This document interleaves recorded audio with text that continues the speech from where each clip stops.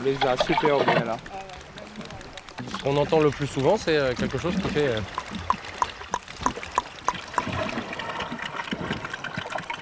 Le cliquetis est très clair, le cachalot n'est pas loin.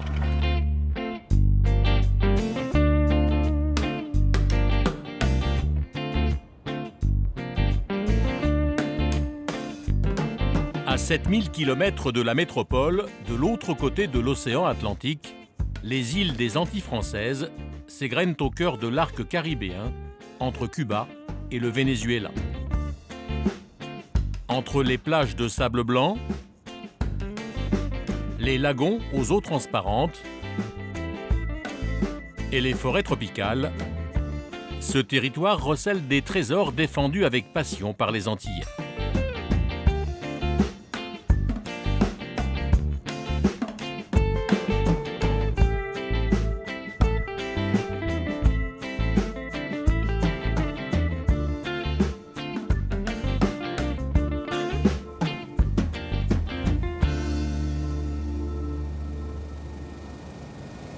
Donc là on est 4A, j'enclenche la catégorie 1. Ok, mode hors top. Ce matin, l'hélicoptère de la sécurité civile quitte Fort-de-France. Le phare.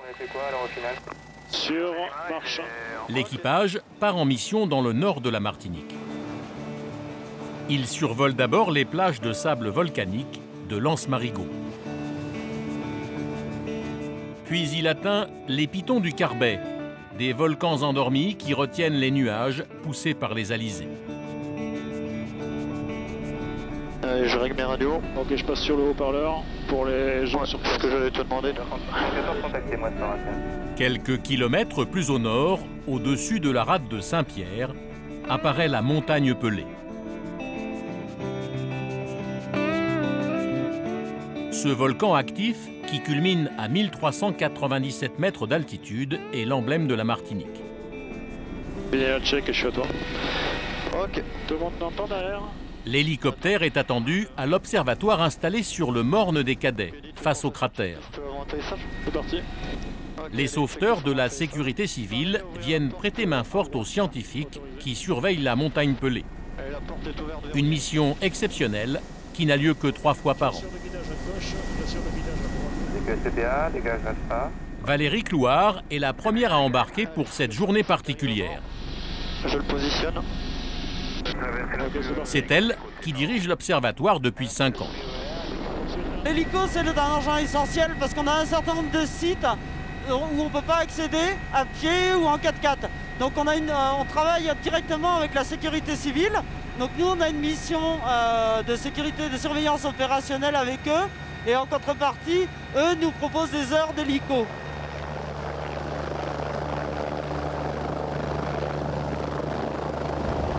Après 5 minutes de vol, l'hélicoptère dépose Valérie au Grand B.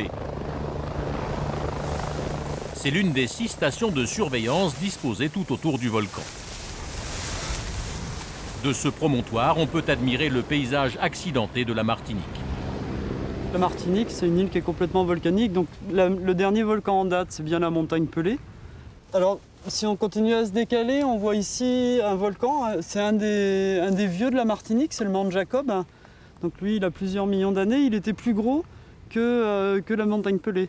Et vous voyez qu'il s'est complètement déstabilisé et donc il est parti en avalanche en mer. Au Grand B, Valérie contrôle le GPS qui mesure la moindre déformation de la montagne. C'est l'une des 3 méthodes employées pour ausculter le volcan. Cette espèce de respiration du volcan, elle provient en fait de l'injection de magma par en dessous, puisqu'il va prendre du volume à l'intérieur. Et donc vous allez avoir les flancs du volcan qui vont gonfler. Donc si ça commence à bouger, on peut se dire qu'il commence à se passer des choses en dessous, quoi.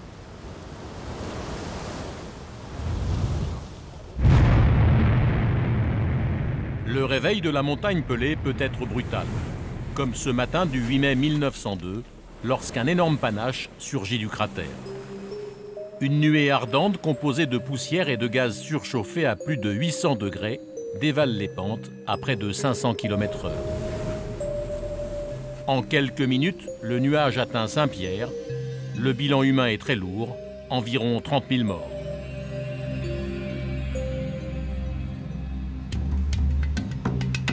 Explosif, ce volcan est du même type que le Vésuve qui a détruit Pompéi. Plus tard dans la journée, sur le versant est, 2 autres membres de l'équipe rejoignent la station du Petit B à 1000 mètres d'altitude. Comme plus de 300 jours par an, les nuages, poussés par l'océan, recouvrent la montagne. Moi, je préfère à la limite la montée quand il y a des nuages que quand il n'y a pas de nuages. Parce que quand il y a des nuages au sommet, ça a une part de mystère, il y a quelque chose. Elle est habitée, elle a une âme, enfin, il y a quelque chose, elle est vivante. Alors que quand il n'y a pas de nuages, finalement, bah, c'est un sommet comme un autre, quoi. Allez. Je te passe le capteur, Jean-Marie. Vas-y, aboule le truc.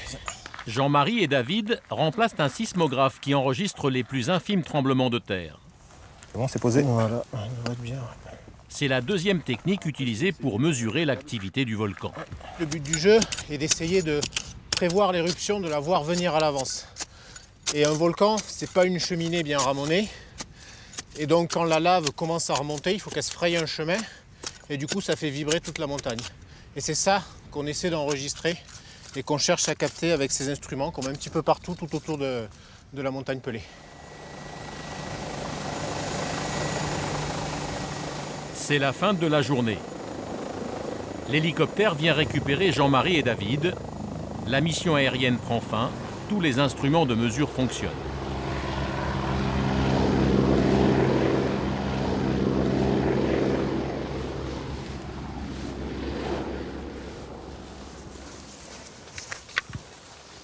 Le lendemain, c'est une nouvelle expédition pour l'équipe de Valérie Clouard.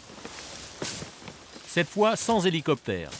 C'est à pied et par 40 degrés qu'ils progressent sur les pentes du volcan.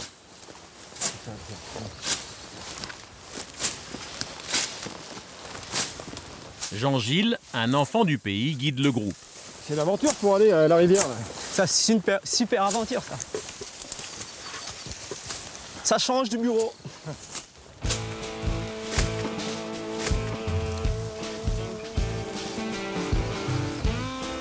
Ils vont marcher pendant 4 heures pour atteindre ce que l'on appelle ici les sources chaudes. Ils vont y mesurer la température de l'eau. C'est la 3e technique utilisée par les vulcanologues pour surveiller le volcan. On va commencer à voir cette couleur-là jusqu'en haut. Plus ils montent, plus les cailloux au milieu du torrent se teintent d'une couleur rouge-orange, la couleur du soufre. Le signe d'une intense activité volcanique.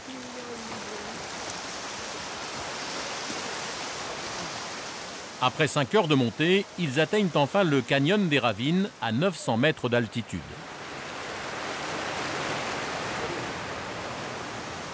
C'est magnifique, moi j'aime bien venir à cet endroit. Enfin, il y a toutes les couleurs que peut nous proposer des pierres avec de la lumière, de l'eau, du volcanisme. Oui, c'est beau.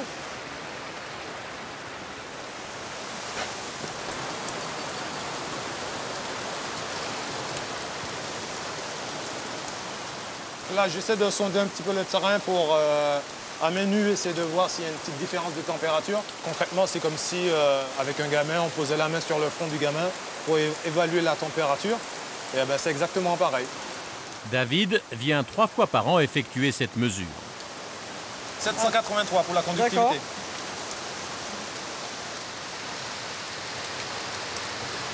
Cette analyse de l'eau, c'est un peu comme si sur un humain, vous faisiez une analyse sanguine, le sang a traversé le corps, il va vous amener un peu d'informations. Là, c'est l'eau qui a traversé le corps du volcan. Aujourd'hui, la température de l'eau n'est que de 26 degrés. Le volcan est calme. Donc là, le volcan, il a la configuration d'un volcan actif et il peut se réveiller. C'est pour ça qu'on est là pour le surveiller, quoi.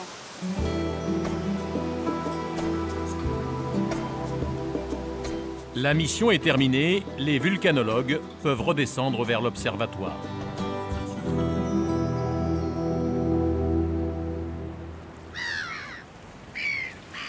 Au pied de la montagne Pelée, la baie de Saint-Pierre est aujourd'hui peu fréquentée.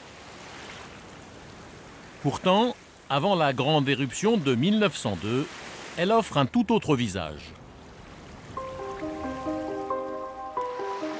Des navires du monde entier y viennent chargés de marchandises et repartent les cales remplies de rhum. Au cœur des Caraïbes, Saint-Pierre devient une plaque tournante du commerce entre l'Europe et les Amériques.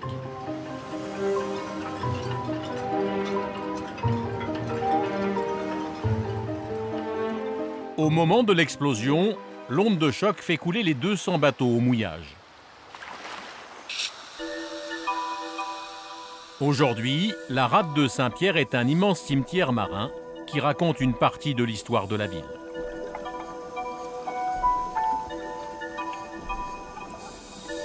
Au total, des dizaines d'épaves reposent ici par 60 mètres de fond. Les restes de 3 mâts-barques ou des premiers bateaux à vapeur en provenance de Marseille, de Nantes ou de Bordeaux. Ces navires amenaient des céramiques, des bouteilles de vin et même du parfum. Ce patrimoine est aujourd'hui protégé par un amoureux du monde sous-marin, Michel Métairie. Installé aux Antilles depuis 40 ans, il révèle en 1974 ses trésors situés à une centaine de mètres du rivage. Il n'existe pas, je crois, dans le monde une concentration aussi importante des derniers voiliers du siècle et des premiers vapeurs. C'est un patrimoine unique.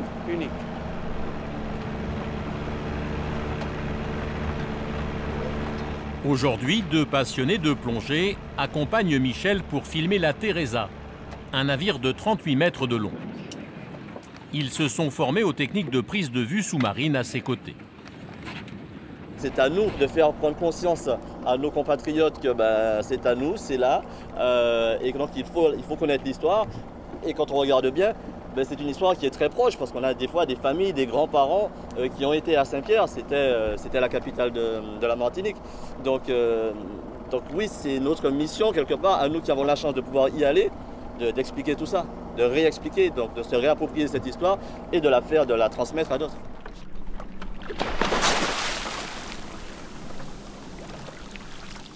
Ah, le bonheur, voilà le bonheur, ça c'est quoi.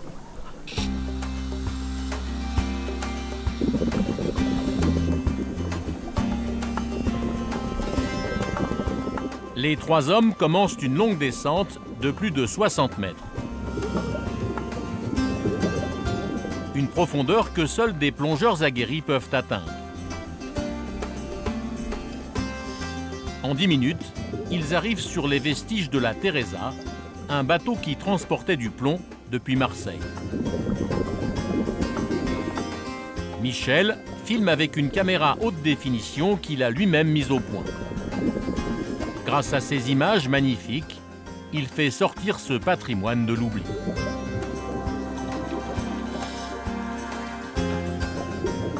En 2012, il a remporté une première victoire. Pour protéger ses épaves, plus aucun bateau n'a le droit de jeter l'ancre ici.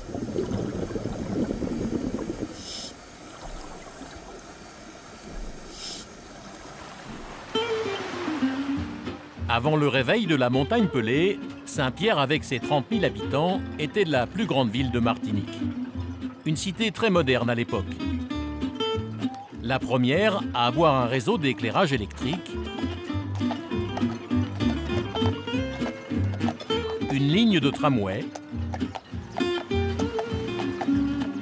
et une imposante chambre de commerce. Le seul édifice à avoir été reconstruit à l'identique dans les années 90 avec la halle du marché.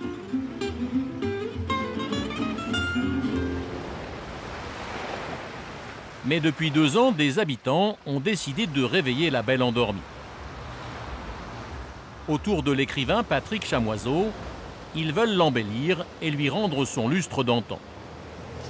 Ce matin, avec des membres de l'équipe du projet Grand Saint-Pierre, ils poursuivent l'inventaire du bâti. C'est une reconstruction qui a été faite après. Enfin, après Volcan, mais sur les structures anciennes. Parce qu'on voit ça avec l'érosion. Ils ont mis du béton par-dessus. Ils aimeraient restaurer cette maison construite sur les ruines d'une habitation soufflée par l'éruption.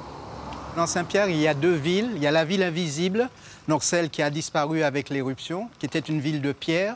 Et puis la nouvelle ville, la nouvelle urbanité, ce que les gens ont reconstruit sur les ruines. Et là, on a tout à fait un exemple typique.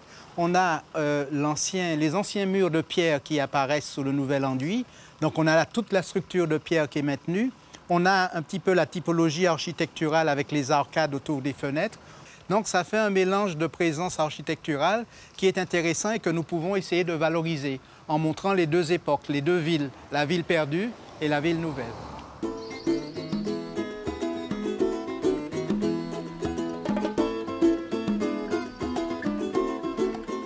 En haut de la ville apparaît un autre lieu qu'ils aimeraient mettre en valeur, l'ancien théâtre.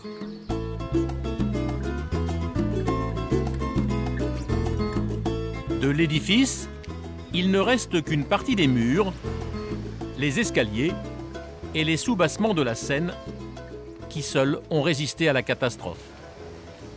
Nous sommes au cœur du vieux théâtre de Saint-Pierre qui a été construit en 1786. Et dès cette époque, on a eu ici des opéras, des opérettes, des pièces de théâtre. Et c'était un théâtre qui pouvait accueillir 800 personnes. Et en plus, on a eu beaucoup de cabarets, puisque les marins qui venaient le soir avaient besoin de s'amuser. Donc il y avait des cabarets, il y avait toute espèce de lieux de perdition et de maisons closes et autres. C'était vraiment une ville qui était en rupture totale avec tout le système rural qui constituait l'ensemble de la Martinique et la plupart des îles de la Caraïbe. Bientôt, Saint-Pierre offrira un nouveau visage, celui d'une ville réconciliée avec l'histoire et son volcan.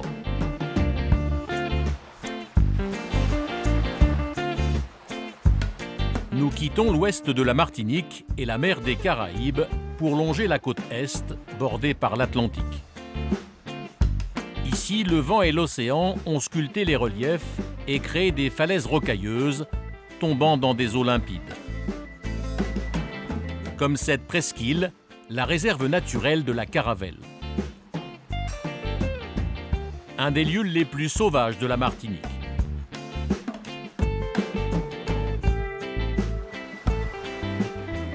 À l'extrême sud, près du village de Sainte-Anne, se dévoile la plage des Salines, un site naturel exceptionnel.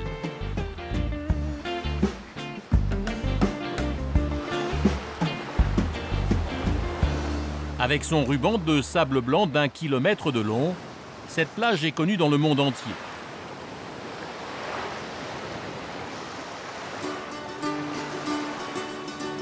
Mais c'est derrière cet endroit paradisiaque qui attire chaque année plus de 2 millions de visiteurs, que se trouve un véritable trésor écologique, l'étang des Salines. Ici, l'eau douce se mélange à l'eau salée, un milieu particulier où se développe une magnifique forêt de mangroves.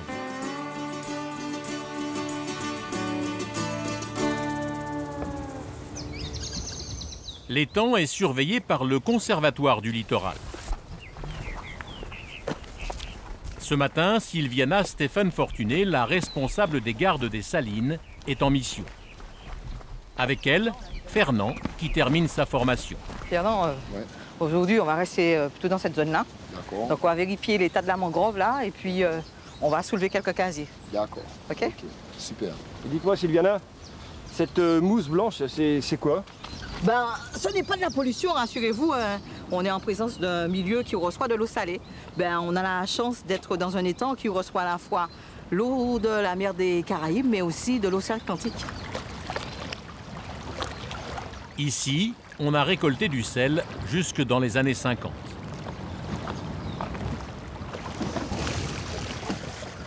Sylviana et Fernand partent pour 2 heures de surveillance. Dans ce site protégé, le manque de fond interdit l'utilisation du moteur. C'est à la force des bras, avec une perche, le piquet, qu'ils doivent progresser. Bah, il faut des muscles, hein? Des muscles. N'est-ce pas, Fernand? Ah oui, là, il faut des muscles, hein. Ça va nous faire descendre. Putain. Non, quand tu fais par là, c'est... Non, normalement, on doit revenir bien, oui. Ouais. J'ai eu l'habitude de faire... de piquer parce que mon père, il était marin-pêcheur. Donc du coup, quand j'étais petit, j'avais un radeau. Et le système du radeau, c'est piquer. Pas de rame, donc c'est sûr que ça m'a appris. Ancien jardinier, Fernand s'est engagé dans la protection de la nature.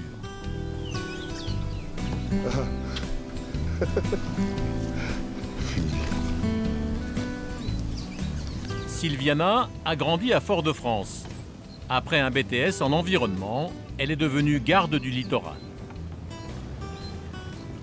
Regarde, dans le coin, on devrait avoir un casier là. On va descendre. On va descendre. Normalement, tu as des casiers dans le coin là. Après une demi-heure d'effort, ils atteignent la mangrove.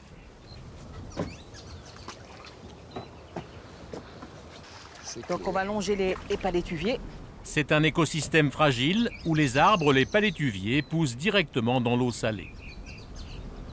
Un rempart contre l'érosion des côtes et une protection contre la montée des eaux. Pourtant, partout sur la planète, la mangrove est menacée. Là, ça s'enfonce bien. Ouais, ça s'enfonce bien. C'est clair.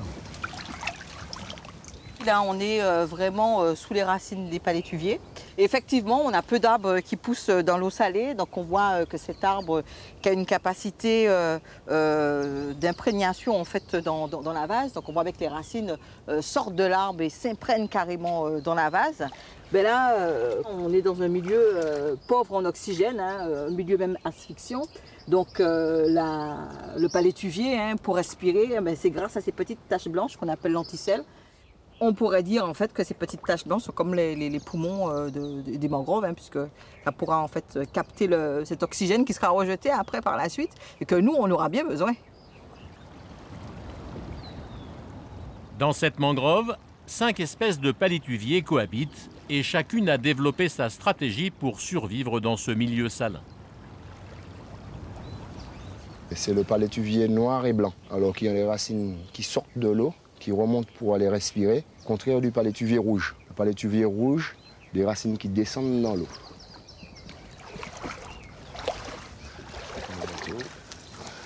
Sylviana et Fernand veulent vérifier les casiers posés par les pêcheurs locaux. Donc ce sont des casiers traditionnels. Ça, c'est des acoupas. Je l'ai comme assez petit, hein. On va le relâcher. Seuls les poissons adultes peuvent être pêchés. 2 gros et un petit. Laisse pas se faire, hein. Ouais. Voilà, on l'a. Hop. Et il est encore petit, hein. Donc celui-là, on va le relâcher. C'est qu'en tout temps, en fait, les gens ont eu l'occasion de pêcher ici et on n'a pas voulu le mettre sous cloche, quoi. On a voulu permettre que le public ait toujours accès à ce milieu-là et je pense que c'est une meilleure façon de le protéger en évitant en fait d'interdire, mais on tolère la présence des pêcheurs.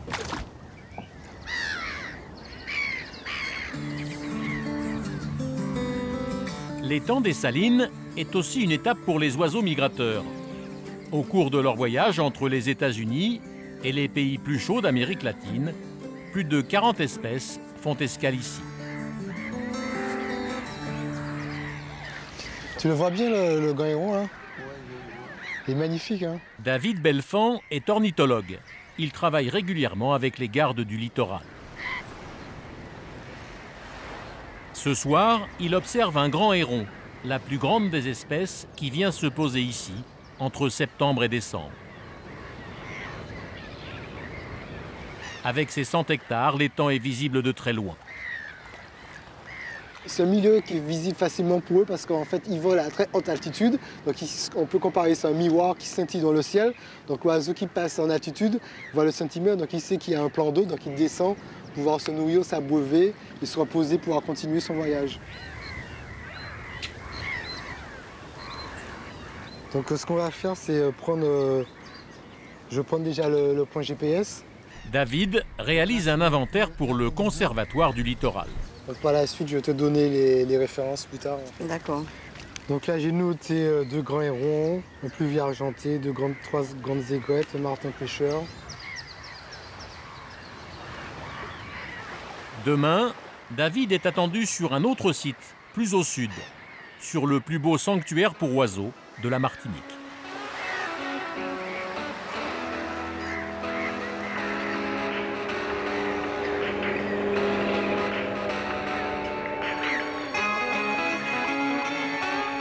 Dans cette partie de l'île, les plages, les criques et les petites baies se succèdent.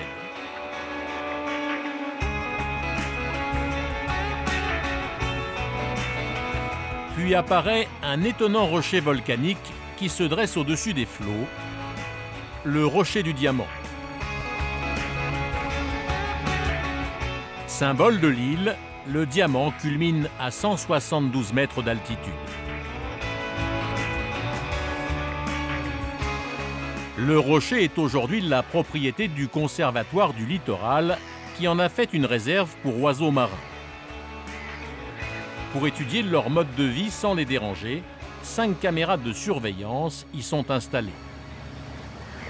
Seuls les scientifiques sont autorisés à y débarquer. Ouais, tu n'as jamais été. Non.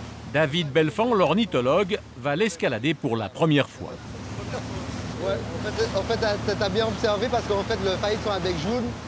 Il accompagne Guy et Pascal, 2 habitués qui vont réparer les caméras. Son bec devient rouge. Et pourtant, il avait une taille adulte quand même. Le bateau approche du rocher, mais même par temps calme, l'accostage est difficile. On se met au bord, vas-y. Attends. C'est bon? Loulou, encore un peu, à droite, à droite. Hop là. À moi. Pascal. Vas-y. Hop là. Oui. Hop. Pour ne pas déranger les oiseaux, les techniciens ne viennent que tous les 3 mois. Merci. C'est Guy, le spécialiste de l'escalade, qui assure la sécurité de l'équipe. Grimper au sommet du diamant est une véritable expédition.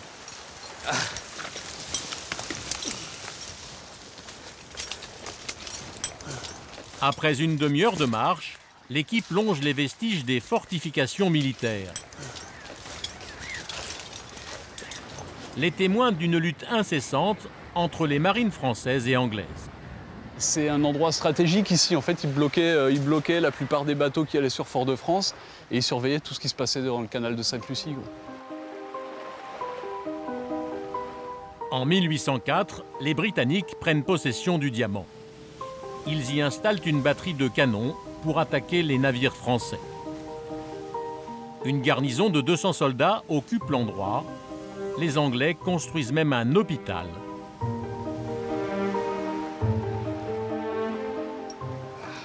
Un hôpital dont il subsiste encore les murs au pied de la falaise. Oh, c'est magnifique, hein. Pascal les fait découvrir à David. Ah, l'épaisseur des murs. Putain, c'est incroyable. T'as vu l'épaisseur du mur, là? Fallait que ça résiste au boulet de canon à l'époque. Ouais. Après 17 mois d'occupation anglaise, les Français reprennent le diamant. Mais aujourd'hui encore, les Britanniques le considèrent comme faisant toujours partie de leur flotte de guerre.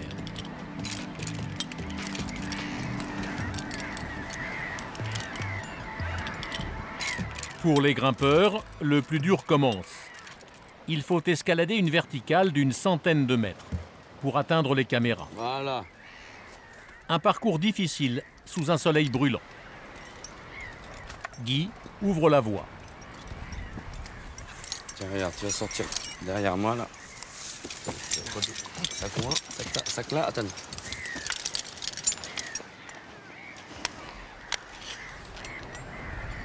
On est au premier ressaut, on a dû faire ces petits 40-50 mètres de dénivelé. Il nous reste quand même 120. Mais après ce petit ressaut, après c'est plus cool, quoi.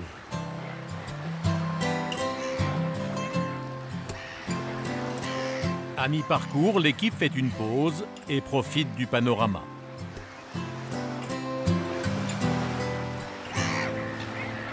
Ça vaut le coup, c'est un super cadeau. On est sur un diamant, donc il y a toute la beauté de la faune et de la flore, ainsi que le paysage qui est magnifique en face.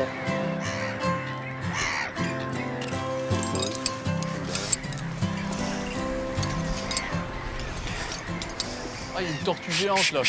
Regarde, il y a une grosse tortue dans l'eau. Derrière les casiers là. Vu. Elle est à la surface. Après une heure d'effort, ils s'approchent du surplomb où se trouve la première caméra du dispositif qu'ils doivent réparer. Oh ben voilà David, là, on va arriver à la caméra mobile. Normalement, il devrait y avoir les oiseaux au pied de la caméra. Elle filme en permanence une famille de paille en queue. une espèce d'oiseau marin très fréquente sous les tropiques qui ne se pose que pour le temps des naissances.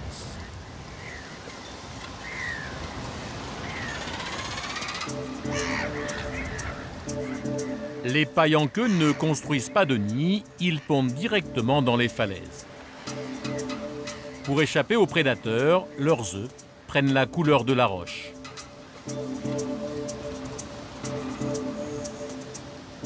À l'âge adulte, la queue de cet oiseau se pare d'une longue plume.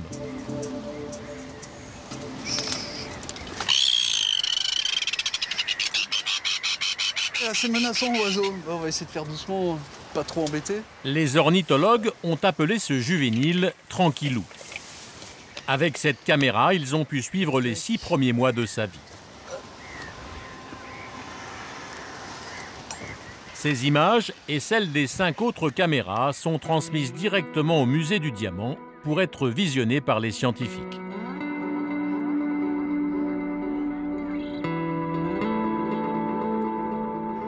Avec ce système, les observateurs ont comptabilisé le temps passé par les parents de Tranquillou pour lui trouver de la nourriture en haute mer.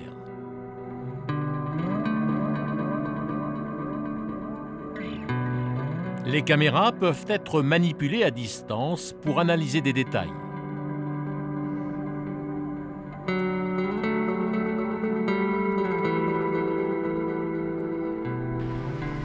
Tranquillou sera surveillé sans présence humaine jusqu'à son premier vol. Donc justement, ça permet de voir en direct les oiseaux sans pouvoir les déranger sur leur site. Donc ça, c'est vraiment passionnant. Parce que ça permet de protéger, mais aussi il y a le côté éducatif pour permettre aux gens de mieux connaître les espèces. Donc ça, c'est une technique particulière qui est enrichissante, je pense, pour tout un chacun. C'est bon, on est arrivé. Ah, le sommet. On fait le sommet, on va planter les drapeaux. Ah bon, anglais. Au sommet, la vue est exceptionnelle sur le canal de Sainte-Lucie. Attention, là. Regardez, vous mettez les pieds, les enfants. Pascal et Guy doivent maintenant intervenir dans la zone la plus difficile d'accès. C'est cool, il y a un nuage. Pendant la semaine, Pascal installe des dispositifs de surveillance dans des entreprises. En travaillant sur le Diamant, il allie ses passions, la nature et l'escalade. Nous, nos lieux de travail, c'est les entreprises ou les collectivités locales et ça n'a rien à voir avec ce qu'on a l'habitude de faire. C'est pas évident, mais bon. Et on aime ça, parce qu'on est là. Bon, tu sais où je suis, moi je suis encore à l'arbre là. Avec précaution, il change une partie de l'objectif de la caméra qui ne fonctionne plus. Les images sont à nouveau transmises en direct. La descente finale au-dessus de la mer. Un cabot couché de soleil.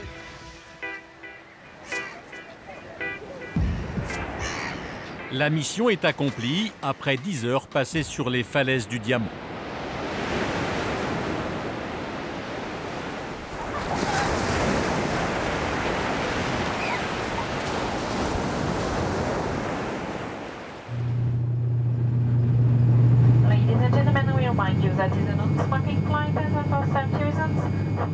Le lendemain, nous quittons la Martinique pour l'île de Saint-Barthélemy, 400 km plus au nord, dans la mer des Caraïbes.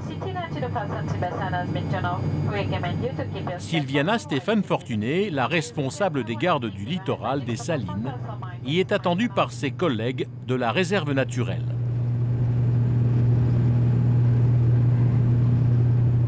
C'est une première fois pour moi, donc c'est l'occasion de découvrir en fait le lieu où il travaille et puis aussi échanger avec les amis gardes, quoi.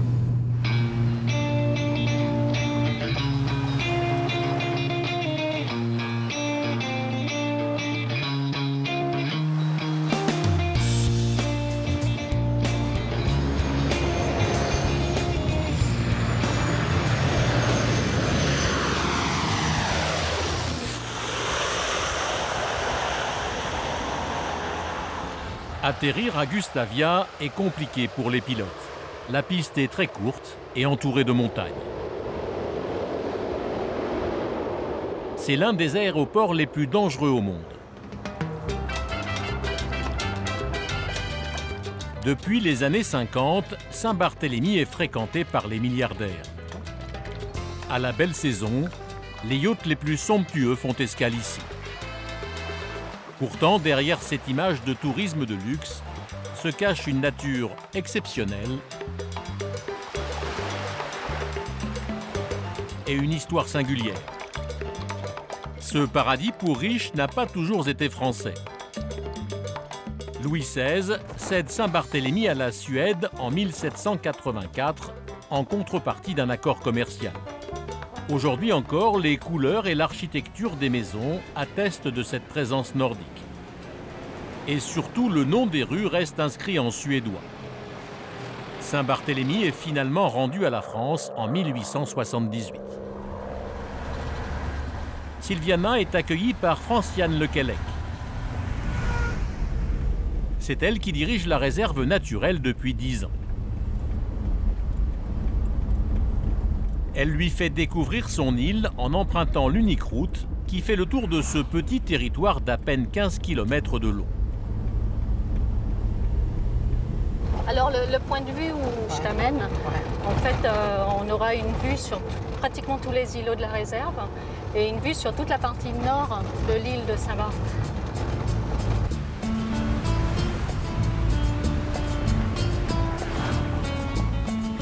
Franciane veille sur 5 petites zones marines et littorales disséminées tout autour de l'île. Des sanctuaires pour protéger les coraux, les tortues et les iguanes.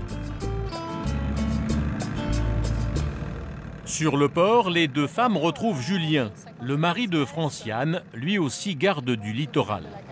Le couple travaille ensemble depuis 10 ans. Et on n'avait pas de tuba, mais bon, rien qu'avec un masque, on était contents. Tous les matins, ils partent en mission de surveillance sur la réserve qui commence dès la sortie du port.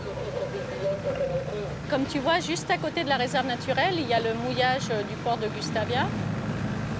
Nous sommes au mois d'octobre et la baie est peu fréquentée. Mais à la haute saison, jusqu'à 500 gros bateaux y font escale chaque jour. C'est alors un véritable défi pour les gardes de protéger ce secteur où viennent habituellement se nourrir les tortues marines.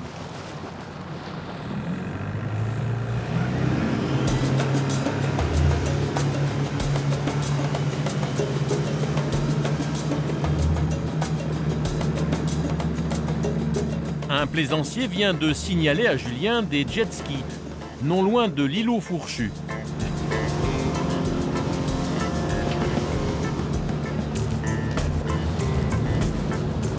Une pratique strictement interdite dans la réserve. Généralement, c'est associé à des excès de vitesse. Ça peut aussi créer des dangers pour les personnes qui sont généralement à la nage pour aller voir les tortues. Donc on va aller voir, on va essayer de faire cesser l'infraction et de voir pourquoi ils sont dans la réserve naturelle.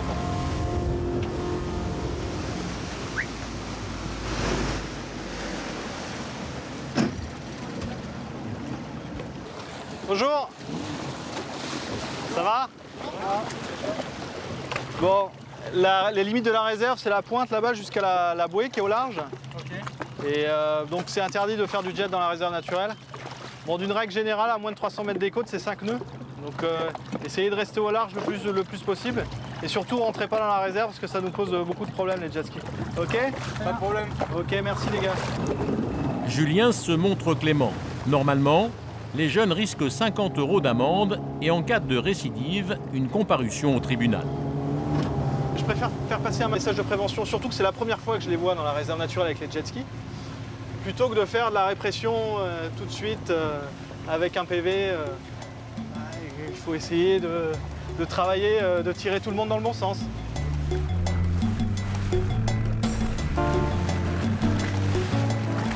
Pendant leur tournée, les gardes s'assurent aussi qu'aucun bateau n'a jeté l'ancre sur le récif corallien ou qu'aucun plongeur ne pratique la chasse sous-marine.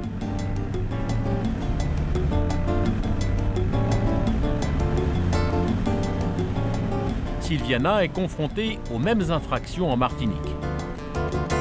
on se retrouve sur la même problématique d'île qui est fortement attractif et qui intéresse particulièrement les touristes. Donc des espaces naturels légèrement similaires et puis ce relationnel qu'il faut avoir bien sûr avec tout l'ensemble des usagers et particulièrement les bateaux. Julien met le cap sur le Gros Îlet, une des 20 zones de plongée dans la réserve. Le couple veut montrer à Sylviana l'un de ses endroits favoris à Saint-Barthélemy.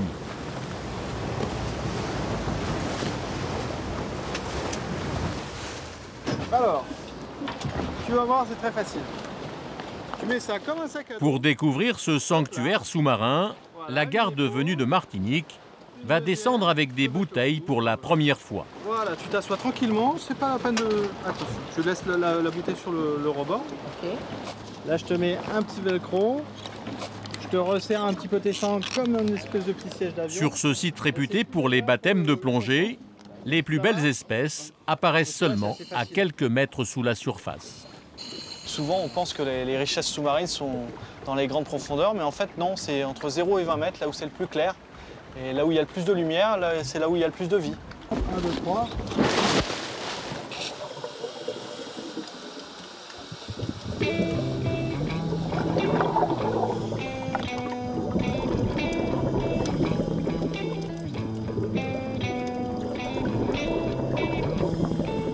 Après quelques minutes d'adaptation, Sylviana prend ses marques.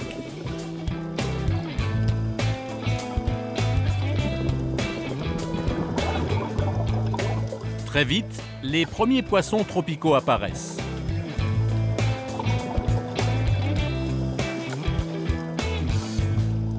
Au total, on dénombre ici au moins 183 espèces.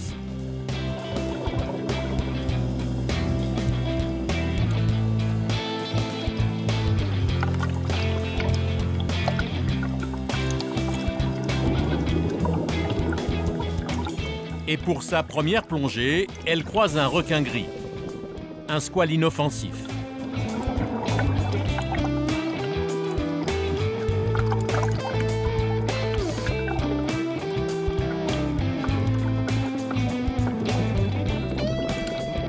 Un peu plus loin, le trio nage avec une raie léopard qui peut atteindre 3 mètres d'envergure.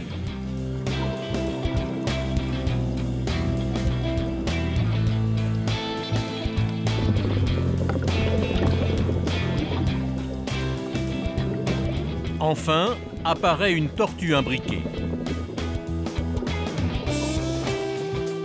Un animal chassé depuis des siècles pour la beauté de sa carapace en écaille et menacé d'extinction à l'échelle mondiale.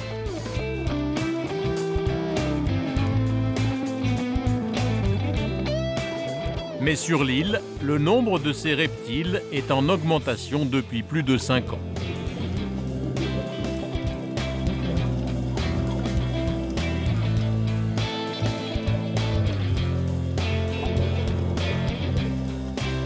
Le sauvetage de cette tortue est le symbole de la réussite de la réserve de Saint-Barthélemy.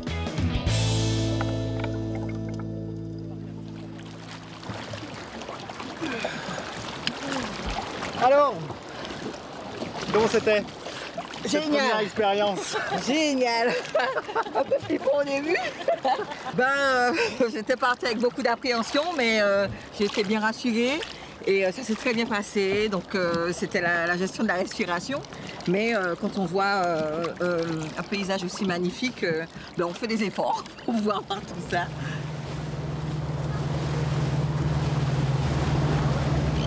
Demain, Sylviana rentre chez elle. Elle recevra bientôt Franciane et Julien sur l'étang des Salines.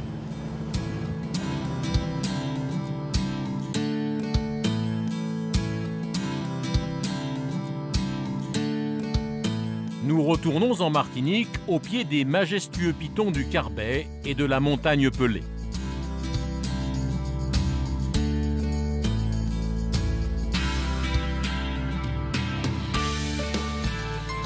Ici, un passionné se bat pour relancer un savoir-faire agricole typique des Antilles, le jardin créole. Une tradition qui remonte à l'abolition de l'esclavage en 1848, lorsque des parcelles de terre sont données aux affranchis. On y cultive alors plusieurs variétés de légumes qui suffisent à l'alimentation d'une famille. Peu à peu, les jardins créoles disparaissent au profit des grandes exploitations agricoles. Dans la vallée de Font-Saint-Denis, Léon Tisgras retrouve ses gestes d'antan. Il quitte il y a 10 ans son travail d'ingénieur agronome en Allemagne pour reprendre l'exploitation familiale. Il en fait la première ferme biologique de Martinique.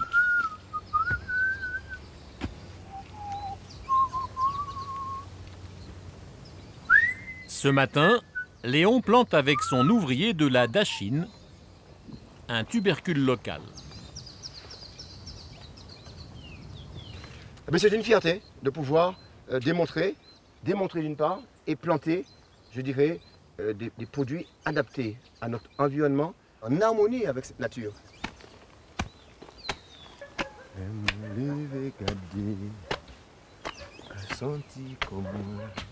Comme dans le jardin créole de ses ancêtres, Léon fait pousser sur un même carré de terre plus de 5 légumes différents. Un système ingénieux pour créer une protection naturelle contre les parasites. Ici, vous avez du chou pommé, de la carotte, vous avez de la patate douce, de l'igname, vous avez également du céleri. Donc c'est 1, 2, 3, 4, 5 semences dans une petite parcelle. Chaque légume attire des insectes différents qui vont s'affronter au lieu d'attaquer les plantes. Grâce à cette méthode, Léon n'utilise pas de pesticides. Des bébêtes vont venir sur la carotte, d'autres qui vont venir sur les patates douces, d'autres qui vont venir sur les céleris, sur les ignames et sur les poivrons. Eh bien, toutes ces bébêtes vont se mettre à se battre entre eux et puis ils vont laisser tomber mon jardin.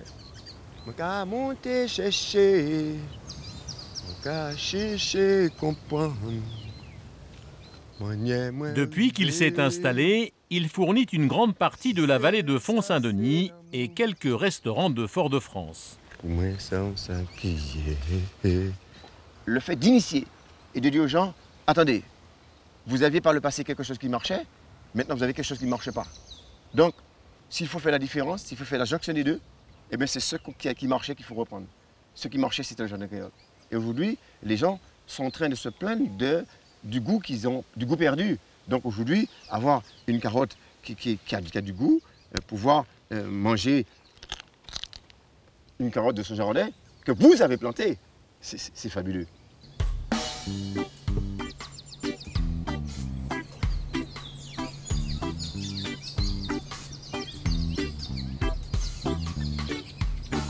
Donc là, vous êtes sur mon exploitation. Régulièrement, Léon reçoit des groupes sur sa propriété pour les initier au jardin créole. Je suis allé dans le champ et j'ai récupéré. Aujourd'hui, il fait redécouvrir un légume oublié à une classe de lycéennes venues de Fort-de-France. En Georges. Un igname jaune, une variété endémique de Martinique, une espèce proche de la pomme de terre. Pouvoir récupérer. Donc, il va leur apprendre à faire des boutures pour le replanter chez elle. Vous voyez la couleur de l'igname? Ce serait triste de perdre ça. Vous voyez? Ça, c'est un plan.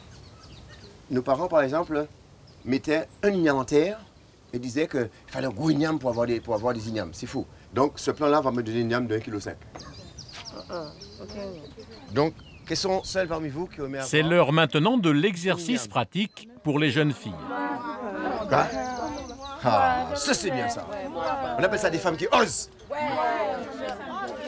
Ben... Elles vont mettre en terre les boutures d'igname. Ça c'est bien, rempli bien. Tu vas prendre ton morceau d'igname. Pour le reproduire, il suffit d'en planter un tout petit morceau. C'est bien. Génial. Et ton plan va monter. Parfait. Ben, il faut attendre 6 mois pour être dans la bouche. Ça fait plaisir de transmettre, je dis à des jeunes, parce que la transmission fait partie intégrante, je dirais, du savoir-faire. Eh bien, c'est peut-être, mine de rien, un geste simple. Mais imagine-toi qu'on peut encore à nouveau recouper en petits morceaux et refaire des plans. Eh bien, on aura sauvé une variété et ça, c'est formidable. Léon sait captiver son auditoire. Quand on va à l'école, on ne pense pas qu'il y a des endroits comme ça, des hectares, des trucs comme ça, des haricots verts, de fruits, de légumes, fruits pays. Et puis c'est quand on vient, on prend une claque, on se dit mais ça se plante comme ça. Mais nous on est plutôt supermarché. Voilà, supermarché, c'est dans l'assiette, c'est vite fait, c'est tchac, tu payes, tu pars. Et aussi le genre tandis que là tu payes pas, t'es chez toi, tu ouais, prends. Tu payes pas, mais c'est du temps, c'est du travail. En repartant avec leur bouture d'igname jaune, les lycéennes contribuent à maintenir une variété locale. Les choux sont là, tu vois.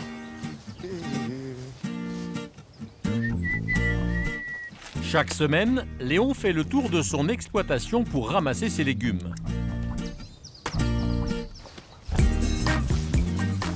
Pour les vendre aux habitants de la vallée sans intermédiaire, il a mis en place un système de livraison de paniers à domicile.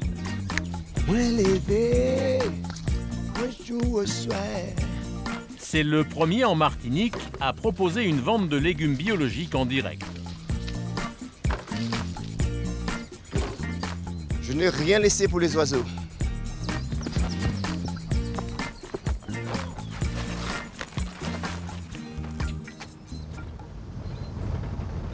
Un peu plus tard dans la journée, Léon est sur la route pour sa tournée de livraison.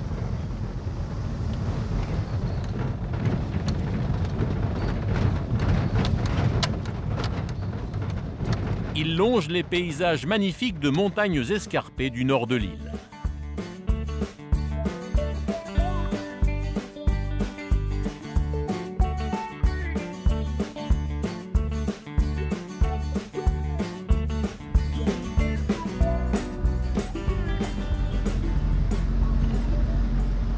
Sur 80 km de long, 30 de large, vous aviez cette différence de température d'une île, d'une commune à une autre. Eh bien, les mêmes produits ne poussent pas. La terre est différente. Tout est différent sur cette île. Et je crois que c'est sa force, c'est ça sa grandeur.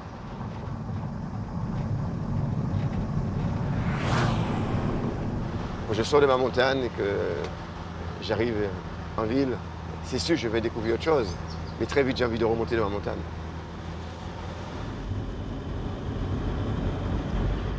Comme chaque semaine, Léon a rendez-vous chez un habitué sur les hauteurs de la ville de Saint-Pierre.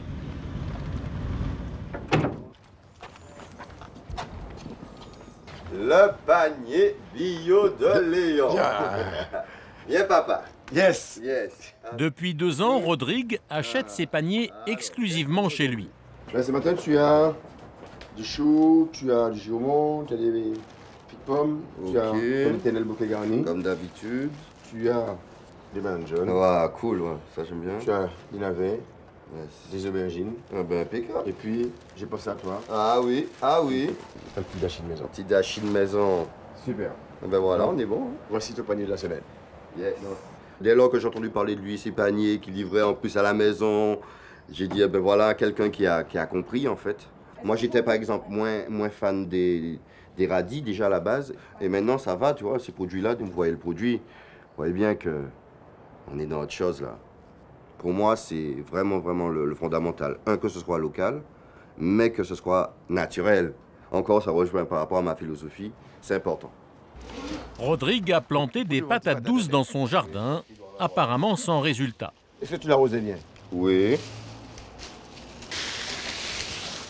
Léon s'empresse de débroussailler le petit carré de terre pour vérifier si les plants ont survécu.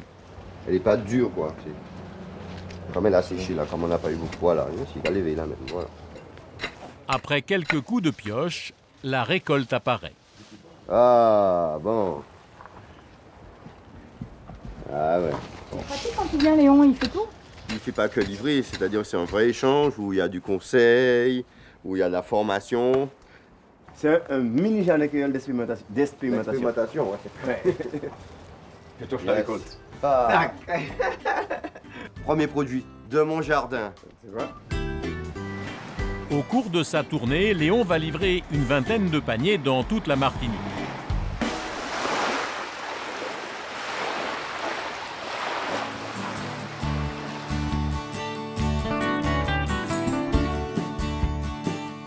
Plus au sud, un autre enfant du pays se bat pour sauver une autre variété de plantes qui a failli disparaître de l'île, le cacao. À partir du XVIIe siècle et pendant 300 ans, la Martinique est l'un des plus grands exportateurs de cacao au monde. Au début du XXe siècle, le cacao disparaît au profit de plantes plus rentables, comme la banane ou la canne à sucre, qui recouvrent aujourd'hui une grande partie de l'île. Dans les collines de Martinique, ils ne sont plus qu'une poignée à produire cette épice d'exception.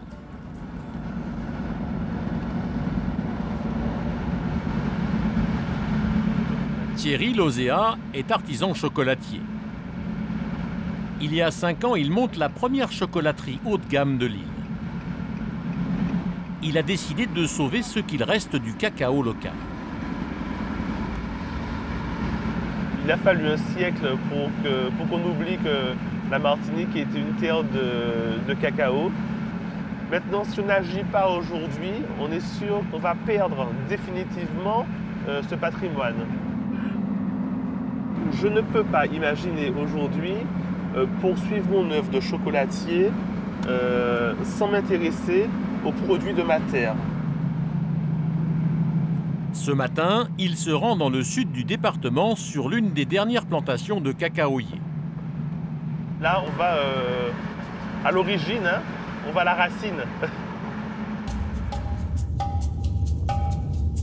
À quelques kilomètres de la mer, Rivière-Pilote est une région de collines que l'on appelle ici des mornes. À l'ombre de la végétation poussent des cacaoyers endémiques, vieux de plus de 100 ans.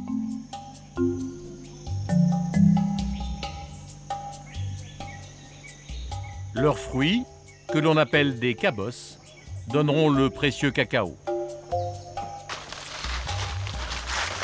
Donc là, on va chercher quelques cabosses mûres. Oui. Élise Bellet, la propriétaire, veille sur ses trésors depuis plus de 20 ans. Là, mais les fatons ne peuvent pas glisser là. Ne vous inquiétez pas, parce que je suis déjà habituée à faire ce travail. D'accord. Oups, super. Ah, ça c'est précieux. Dis donc, c'est acrobatique, madame. Je le fais tous les jours, presque tous les jours, dès qu'il y en a. Écoutez. Voilà. Je le fais seul. Donc ceux-là, pour la semaine prochaine, ils seront déjà un petit peu plus mûrs, ceux-là. Voilà, voilà. D'accord. Voilà. Le cacaoyer produit des cabosses toute l'année. Comment tu vois que c'est mûr? Voilà, c'est jaune. D'accord. Là, c'est jaune. C'est mûr. Et quand c'est vert, c'est pas mûr. Et voilà. Pour évaluer la qualité de cette cabosse, Thierry goûte les graines encore fraîches. Vous savez que c'est bon, c'est sucré. Oui, c'est sucré. Oui, c'est déjà très bon. Hein. On a vraiment un super goût bien sucré. En fait, là, on est vraiment sous de la graine, on n'est pas sous de la fève. Donc, on a un goût qui est sucré. On n'a aucune amertume, hein, parce que c'est de la graine. C'est après qu'effectivement, quand on va la laisser fermenter, que là, on aura des arômes de cacao qui vont commencer à se développer. Donc là, on est vraiment sur un autre plaisir, le plaisir du cacao, pas le plaisir de la fève ni du chocolat. Là. Après la cueillette, Élise récupère les fèves de cacao.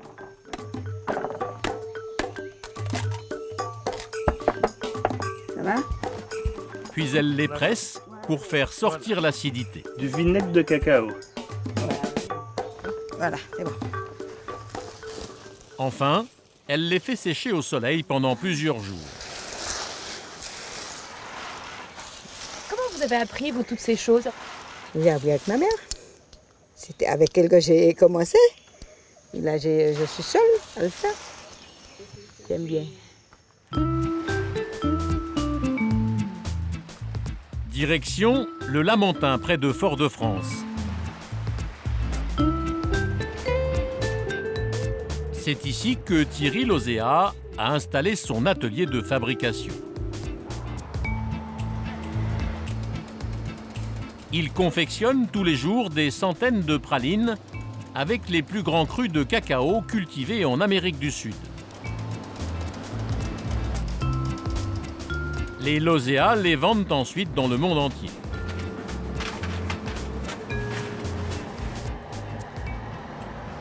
C'est Jimmy, le frère de Thierry, qui élabore les recettes. Là sont les fèves de Madame Bellé. Ah ok, d'accord. Voilà. Donc comme c'est une première fois, je vous propose effectivement qu'on essaie de voir. Il goûte aujourd'hui la fève d'Élise Bellet. Et puis elles ont une très belle odeur. Elles sont bien sèches. D'accord, ok. Première étape, la torréfaction. Il faut faire griller les fèves dans une casserole. Ça croustille pas encore, d'accord. Ça commence à faire popcorn. Une fois les fèves torréfiées, c'est l'heure du test. Le premier critère, c'est la texture. Au cœur de la fève, c'est quand même croustillant. Ça n'est pas brûlé, ça brille hein, quand même. Donc on voit que la fève, que ça a été respecté. Puis vient le goût.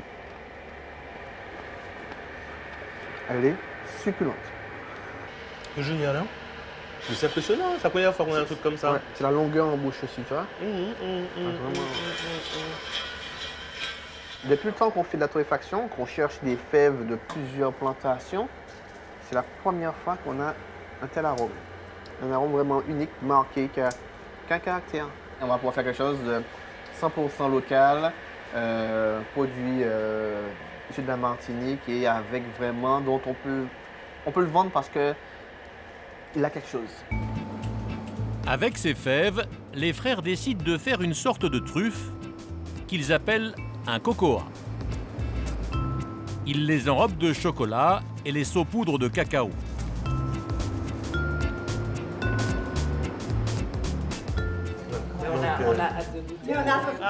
Dans l'après-midi, c'est la dégustation.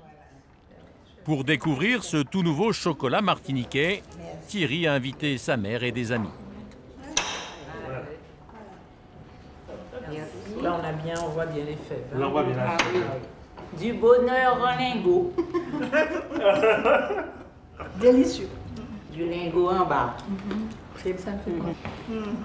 Le cacao martillais, là, il est parfumé. Ouais. Il y a un petit parfum spécial, un goût spécial. Nous avons toujours aimé le cacao.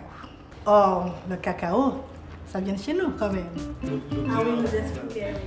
Les frères Lauséat se donnent encore 10 ans pour fabriquer exclusivement leur chocolat avec le cacao de leur île.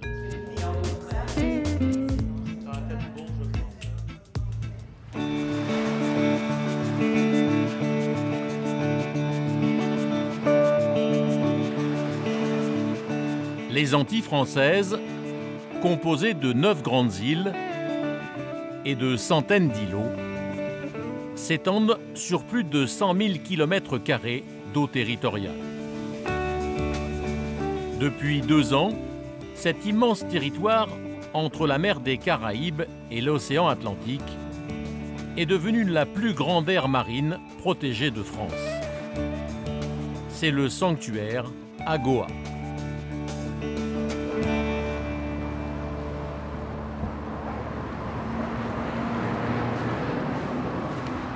Comment allez-vous? Très bien. Bonjour. Très bien.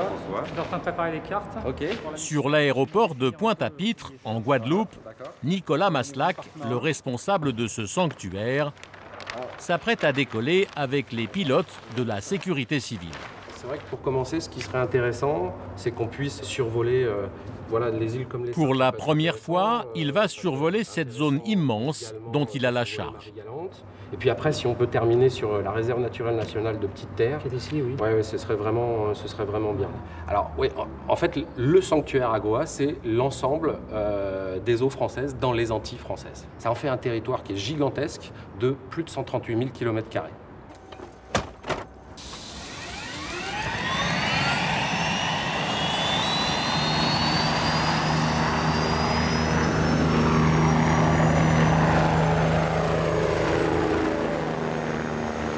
Nicolas défend la biodiversité antillaise depuis plus de 10 ans.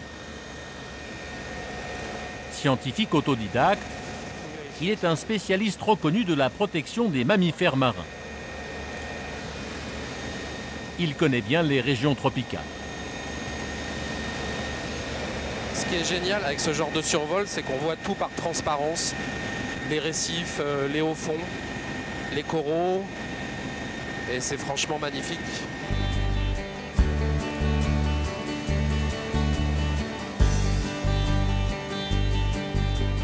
Sur cette zone vivent plus de 25 espèces de cétacés, soit un tiers de la diversité mondiale. Pourtant, certaines de ces espèces sont toujours menacées. L'objectif d'AGOA est d'offrir un refuge pour ces milliers de mammifères marins qui viennent se reproduire dans les eaux chaudes des Antilles. Toute cette richesse, toute cette diversité, le sanctuaire AGOA est là pour la conserver, pour la protéger, mais également pour la montrer et la communiquer au plus grand nombre. C'est quelque chose qui me tient à cœur. C'est un petit peu mon bébé, si vous voulez. En tout cas, j'ai un peu participé à sa construction. L'équipage se dirige vers l'est de l'archipel de la Guadeloupe.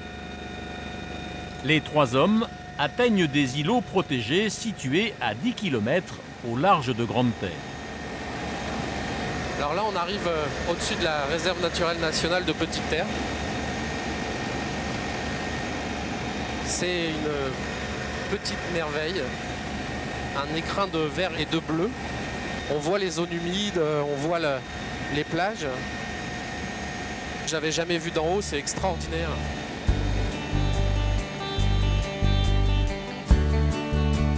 Le sanctuaire englobe aussi les rivages de l'île de Marie-Galante, la plus grande dépendance de l'archipel guadeloupéen.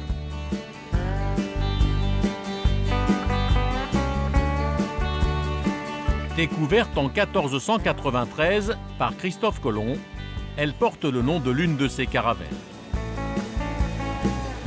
Au sud de l'île, le littoral est typiquement caribéen, avec ses plages de sable blanc. Au nord, le relief devient sauvage et escarpé, avec des falaises de calcaire qui plongent à pic dans la mer.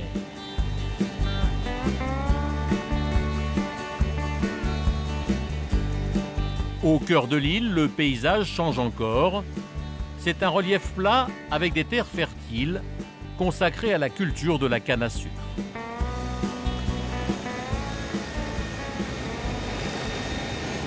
C'est marrant, hein, on a l'impression de voir des bocages normands.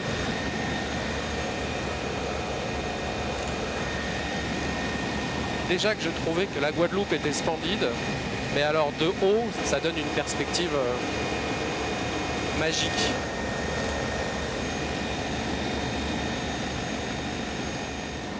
Le lendemain, Nicolas retrouve un groupe de spécialistes des cétacés à Bouillante, sur la côte est de la Guadeloupe.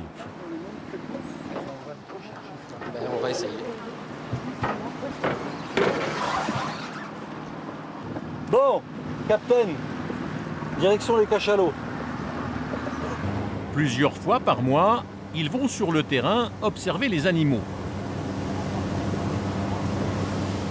Aujourd'hui, le groupe veut vérifier la présence d'une colonie de cachalots.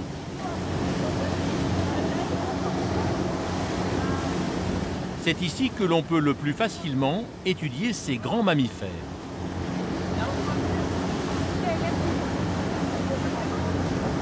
On est sur des zones qui vont rapidement être très profondes, donc potentiellement l'habitat des cachalots.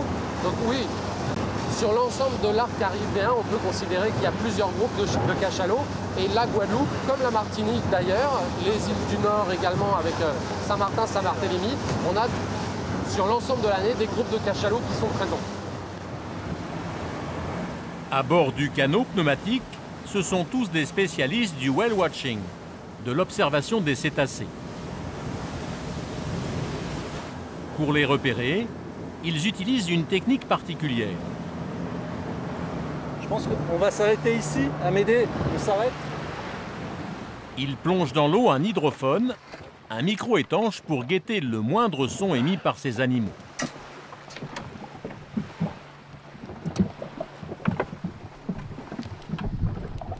Les cachalots peuvent rester plus de 2 heures en apnée et sont difficiles à détecter.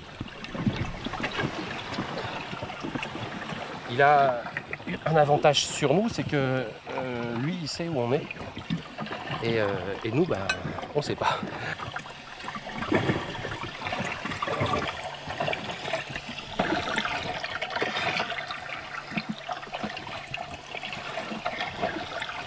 En fait, c'est vraiment pas facile parce que le cachalot, c'est exactement la même fréquence que le clapot de l'eau. La seule différence, c'est que c'est chez le cachalot très régulier. L'écoute sur cette première zone ne donne rien.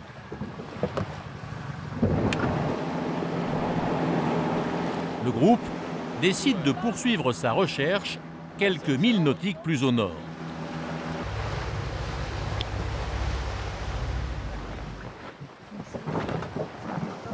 Bon. Enfin, ils entendent un son spécifique.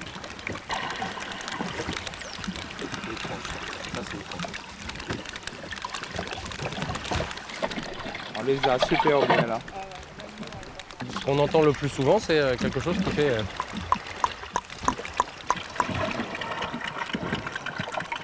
Le cliquetis est très clair, le cachalot n'est pas loin. J'espère que là, on va réussir à les voir. Mais ça va pas tarder, on y va. Grâce à ce son, l'équipe peut se diriger dans la direction de l'animal.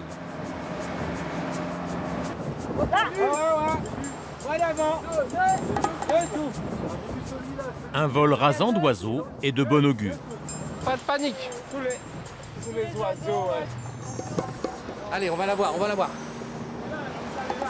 Là, ici, on est plus qu'à 100, même pas 150 mètres. Hein. Yes. Paf, là devant moi. Ah oui. Ouais, waouh. Ah, superbe. Magnifique.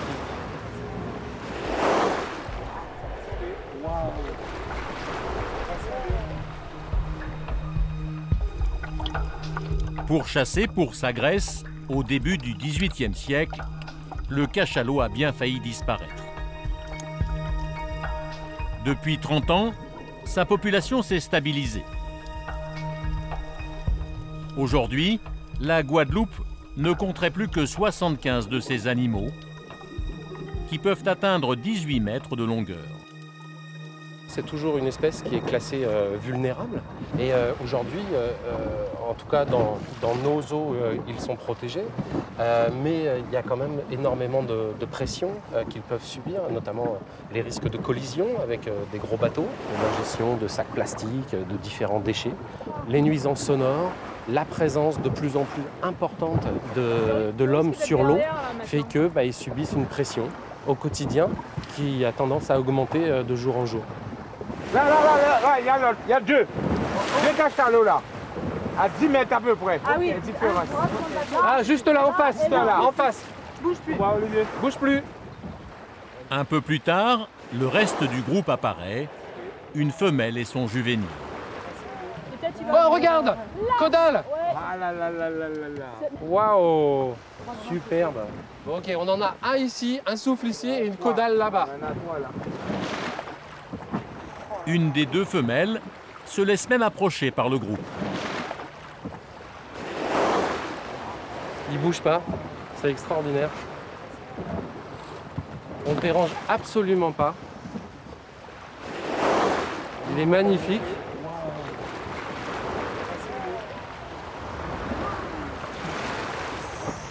Voilà. Il y a l'autre là. Extraordinaire. On était près, là il y a un autre, oui. Ils sont là-bas les autres. Ouais. Ça c'est rarissime, non? Ça, aussi près, c'est extraordinaire. C'est un truc assez magique. Là, on touche quelque chose de sublime. Et ça, oui, aussi proche que ça. Ça fait... Ça fait monter l'adrénaline. Bonne journée pour Nicolas, nous le retrouverons pour une grande mission de comptage dans le sanctuaire à Goa.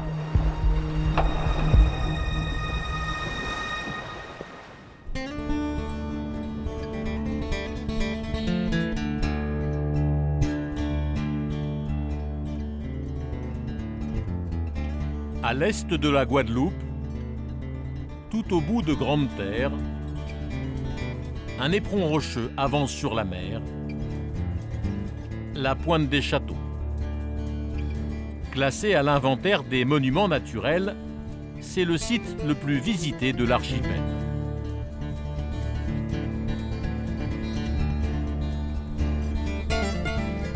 La dernière terre avant l'île de la Désirade.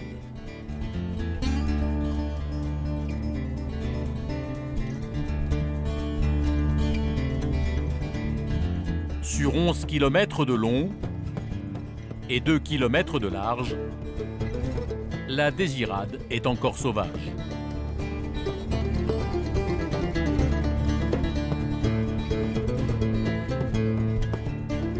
Le nord est inhabité, avec de gigantesques falaises qui plongent dans l'océan.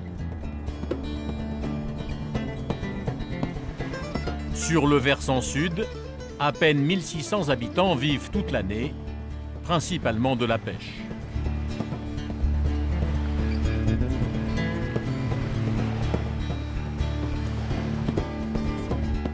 Longtemps associée à une léproserie qui a fermé en 1954, la Désirade a des airs de bout du monde.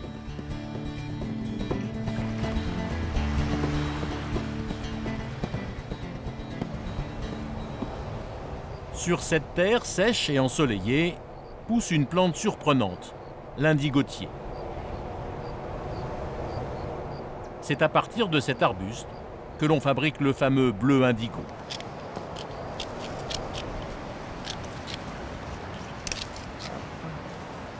Anne Brouard et Ghislain Jonot sont des passionnés de botanique. Originaires de métropole, ils vivent en Guadeloupe depuis 20 ans. Il y a trop de graines là-dessus. Quand il est à moitié ombre, il est mieux. Hein. Les feuilles sont plus larges et on voit que le pigment est monté sur les têtes. Ce matin, c'est jour de cueillette. La plante est à maturité. C'est le meilleur moment pour le cueillir. C'est là où il exprime tout son bleu. D'ailleurs, on peut l'apercevoir légèrement. Donc, sur les feuilles sèches, par exemple, on voit qu'il y a du bleu déjà qui apparaît. Ce sont les feuilles de l'indigotier qui contiennent le pigment bleu, invisible à l'œil nu. Pour n'importe qui, tu traverses un champ et tu te dis bah, c'est vert, quoi, il n'y a rien d'autre. Et puis finalement, tu regardes cette plante et moi je la fais macérer, ça devient bleu. Donc il y a un côté magique.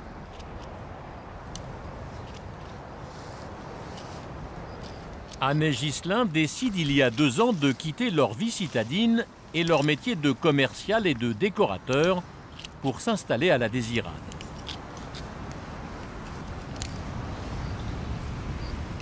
On avait envie d'un changement de vie et on cherchait un endroit surtout où il y avait plein d'indigos. Donc quand on est arrivé sur la Désirade, qu'on a vu que sur tout le littoral c'était à l'état sauvage, on a dit bon bah bingo, c'est là quoi.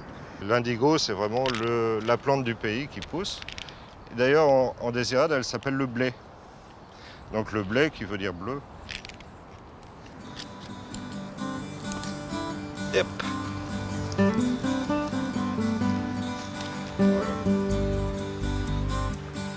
Déjà connu des Amérindiens, l'indigotier a toujours poussé sur les côtes caribéennes. Au XVIIe siècle, la production de couleur bleue devient même la première industrie des Petites Antilles, avec plus d'une centaine d'indigoteries installées en Guadeloupe. L'archipel fournit alors presque toute l'Europe en teinture bleue. Peu à peu, la culture de l'indigo disparaît au profit du coton et de la canne à sucre. Après plusieurs stages auprès de maîtres teinturiers, Anne et Ghislain ont décidé de relancer cette technique traditionnelle tombée dans l'oubli.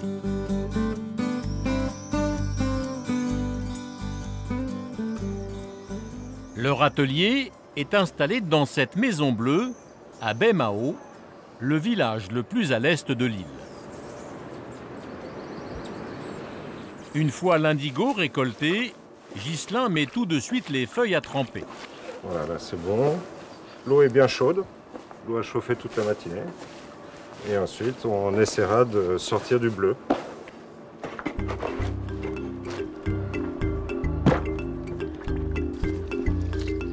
Après 12 heures de macération, les feuilles commencent à donner du bleu.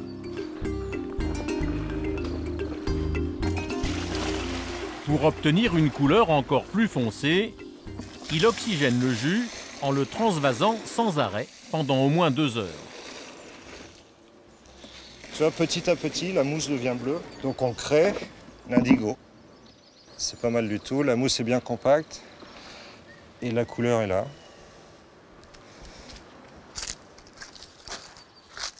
Pendant que la teinture de l'indigo se prépare, Anne essaye d'obtenir du jaune avec des feuilles d'amandier pays, un arbre endémique de Guadeloupe. À partir de n'importe quelle feuille, tu peux extraire un colorant. Et on s'aperçoit qu'il y a une gamme énorme de couleurs. Nous, on teste tout. L'écorce, les feuilles. La couleur commence à être pas mal, là. Un jaune tanin, un jaune beige, quoi.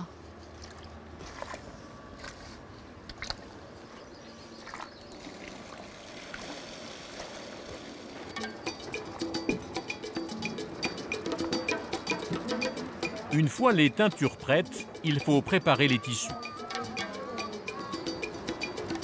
Et une petite boucle. Pour rajouter des motifs, le couple utilise une technique traditionnelle des teinturiers japonais, le shibori. Après, je vais le tremper. Prends-moi cette partie-là plutôt. Okay. La méthode consiste à cacher avec des nœuds certaines parties du tissu pour éviter qu'elles soient teintes. Voilà. Ok. L'opération est délicate. Quelques minutes suffisent pour imprégner le coton. On fait une couleur plus forte, non? Est-ce que j'aimerais bien un bleu indigo foncé, genre Touareg? Faut pas qu'il y ait trop de bulles. Fais gaffe aux bulles d'air, là. C'est quoi la sensation d'avoir les mains dans le bleu? J'adore ça. J'adore avoir les mains dans les jus de plantes. Et je sais pas, on se sent autrement quand ça devient comme ça. Et c'est surtout que par rapport aux couleurs chimiques, j'ai pas besoin de porter de gants. C'est un signe de reconnaissance dans le village. Ouais, on nous appelle les indigos ici.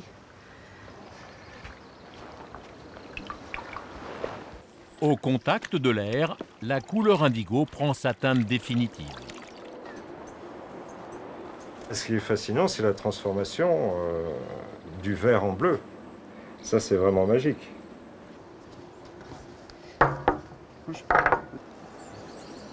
C'est en dénouant le tissu que l'on découvre les motifs. Voilà. Nickel, chrome. Satisfaite? Ouais. C'est mes petites points de suspension, mes petites pieuvres, ça dépend. Comme on a envie, après chacun imagine.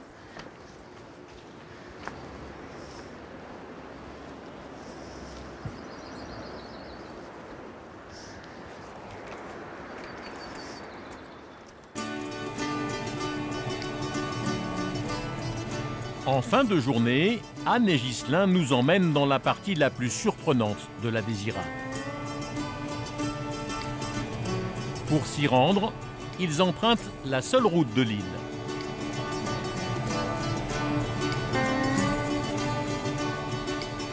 Ils quittent les somptueuses plages bordées de cocotiers pour un paysage beaucoup plus aride.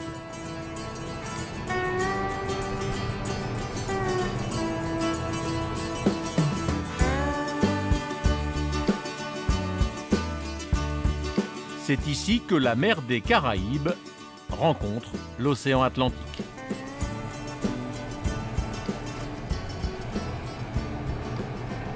Ici, c'est très lunaire. C'est un paysage qui est très battu par les vents, plein est.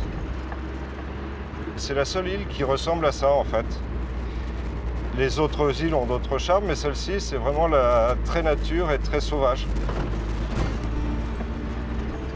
Quelques kilomètres plus loin, se dresse à la pointe la plus orientale de l'île, une station météorologique. Un édifice bâti dans les années 30 par un disciple guadeloupéen de l'architecte Le Corbusier. Exposée au vent de l'Atlantique, la station permettait de surveiller les cyclones venus de l'océan. Avec l'évolution de la technologie, la station a fermé dans les années 70.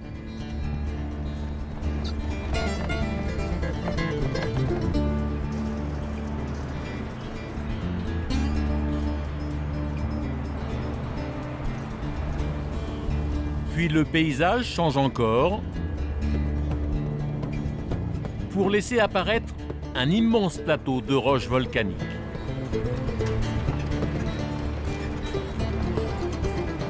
Au bout de la piste, des falaises escarpées et sauvages, totalement inhabitées. Ouais, et ils pêchent des palourdes là. Ouais. Ici, la Guadeloupe prend des airs de Bretagne. Oh. Ouais.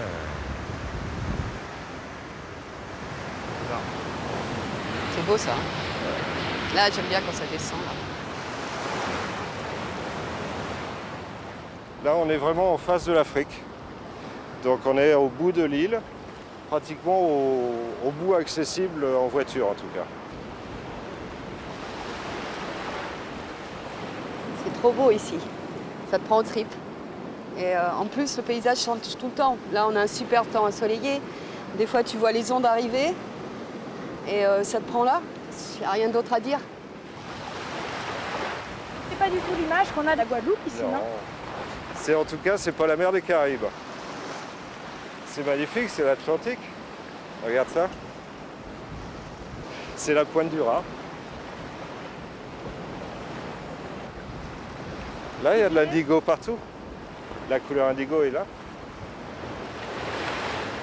Dans les mois à venir, le couple va continuer d'explorer les plantes de son île d'adoption.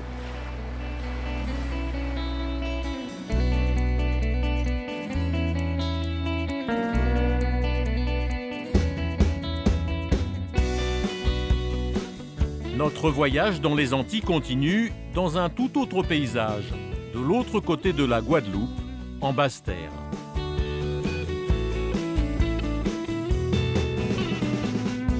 Au pied de la Soufrière, l'autre grand volcan des Antilles, s'étend un trésor naturel. Une immense forêt de 40 000 hectares classée parc national depuis 1989.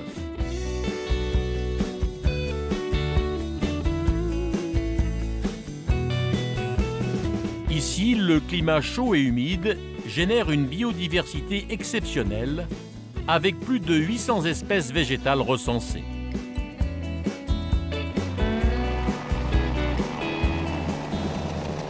Pourtant, cette forêt remarquable est fragile. Sur la trajectoire naturelle des ouragans atlantiques, elle est souvent malmenée. Ce matin, les gardes du parc la survolent. Là-haut, il y a deux déboulements. Tu vois, sur la crête en descendant, il y en a deux. Ça peut être intéressant, même à travers... Nous sommes au mois d'octobre, quelques jours après la première grande tempête tropicale de l'année. Denis Giroux est le directeur du parc. Il est venu avec un collègue photographe.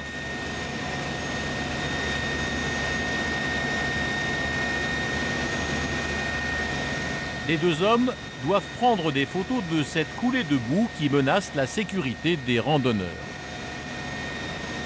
Alors là, on a typiquement un glissement de terrain suite à des fortes pluies.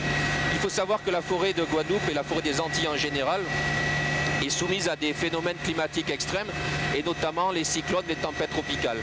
Et quand on a des tempêtes qui provoquent énormément de précipitations, on a beaucoup de glissements de terrain qui peuvent s'enchaîner les uns les autres. Donc c'est très important d'en avoir une bonne connaissance. On a ici un glissement de terrain qui a l'air vraiment récent, qui doit dater du dernier épisode pluvieux. Et on voit très bien là au niveau du sol la terre fraîche là, hein, parmi les fougères arborescentes. Donc c'est vraiment impressionnant parce qu'on a un terrain qui est complètement végétalisé, mais malgré tout, les glissements sont fréquents, quoi. Donc on a l'impression que ça peut partir un peu n'importe où en fait.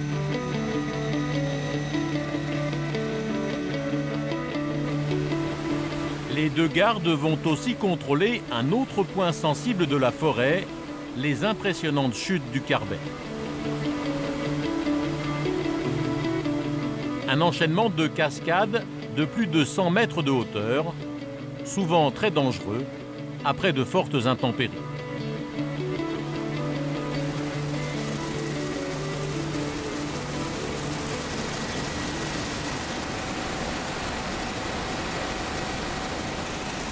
Les boulis qu'on voit là a été provoqué par un phénomène météo très particulier de fortes pluies et ça a provoqué il y a à peu près 2 ans un des plus gros glissements de terrain qu'on ait connu au niveau des chutes du Carbet avec une vague de boue de plusieurs mètres. Heureusement c'était un moment où il faisait extrêmement mauvais, il n'y avait pas de visiteurs, etc. Mais ça a été un des plus gros glissements sur cette vallée, partie pratiquement du sommet de la Soufrière et qui a dévalé presque jusqu'à Capesterre. Grâce à ces photos, les agents du parc peuvent localiser les éboulements, préserver la végétation et garantir la sécurité des habitants.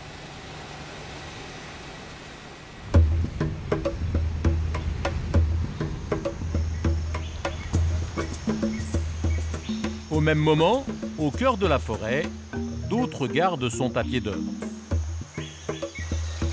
Nadia et Eric veulent vérifier l'ampleur des éboulements dans une autre chute d'eau de la région, la cascade des Trois Diables.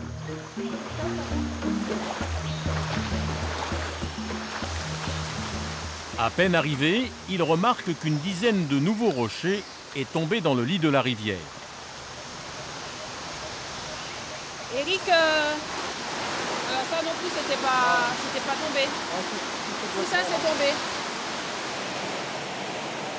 Source principale d'eau potable, les cascades doivent rester propres. On surveille qu'il n'y en ait pas trop parce que quand ça tombe comme ça, ça charrie aussi beaucoup de déchets. On fait quand même attention à tout ça. La qualité de l'eau, comme ça, à première vue, elle est à première vue, il n'y a pas de problème, il n'y a pas de boue, il n'y a pas de déchets, donc ça va, elle est claire.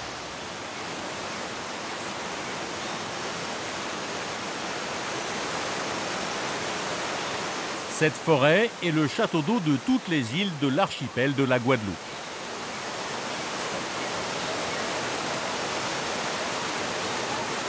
Il faut alimenter les Saintes, il faut alimenter la Marie-Galante, il faut alimenter la Désirade, la Grande Terre et la Basse Terre. Donc si on ne fait pas attention, déjà on a beaucoup de problèmes d'eau en Guadeloupe, il faut qu'on surveille absolument toutes les rivières où il y a les captages. Pour aujourd'hui, le bilan est plutôt rassurant.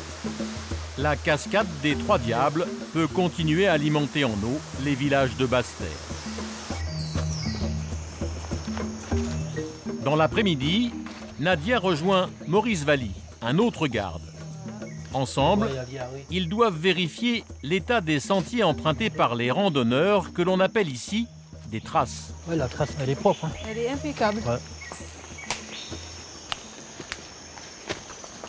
On ne marche pas pour marcher en fait, on marche pour évaluer le sentier sur lequel on est, la trace.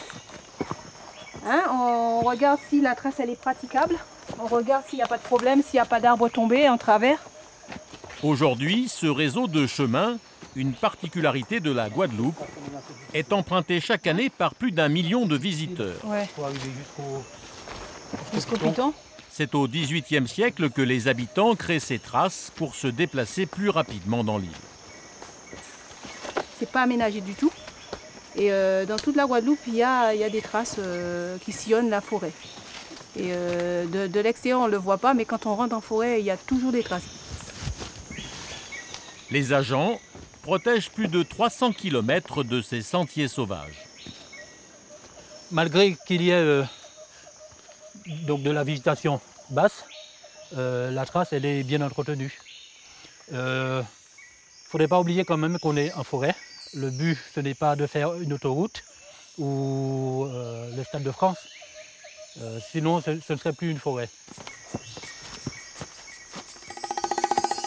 Ici, poussent plus de 300 espèces d'arbres, C'est énorme. parmi lesquelles l'Acoma boucan, le plus bel arbre de la forêt antillaise. Moi, je suis dedans. Ah ouais. Oh, purée, c'est beau. Ce géant peut atteindre jusqu'à 40 mètres de hauteur. Ses racines, en forme de grandes palettes, lui permettent de résister aux tempêtes tropicales. C'est à ses pieds que l'on fumait traditionnellement la viande chassée dans la forêt.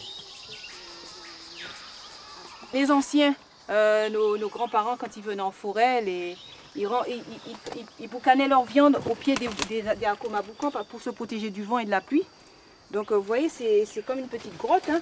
Ça protège du vent, on peut s'abriter quand il pleut, on se met à l'abri.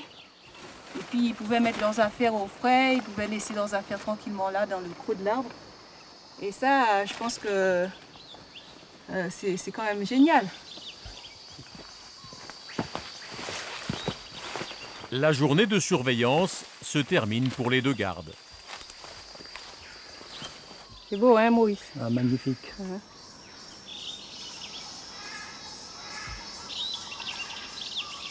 On a une forêt exceptionnelle et unique. Vous avez la forêt sèche, la forêt humide, la forêt d'altitude. On a tout ça, rien que sur une petite île, un point dans l'eau. C'est un trésor qu'on a. Donc nous, on est là pour en prendre soin. Nous sommes les sentinelles du parc.